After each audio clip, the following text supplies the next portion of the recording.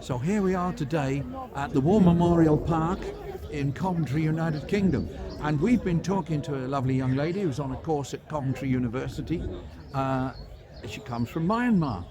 So first of all, thank you for watching, liking, sharing and ringing the bell. Just look at all these people here. Special thank you to all the subscribers. And funnily enough, here's one of the subscribers who heard my voice and said, I've heard your voice online. So what was your name?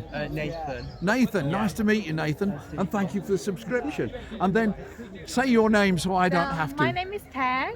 Tay. So this is Tay from Myanmar.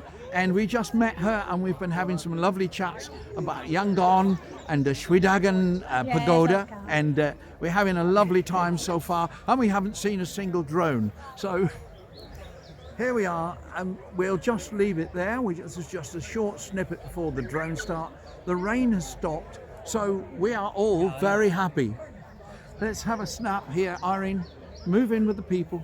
There we are. Thank you.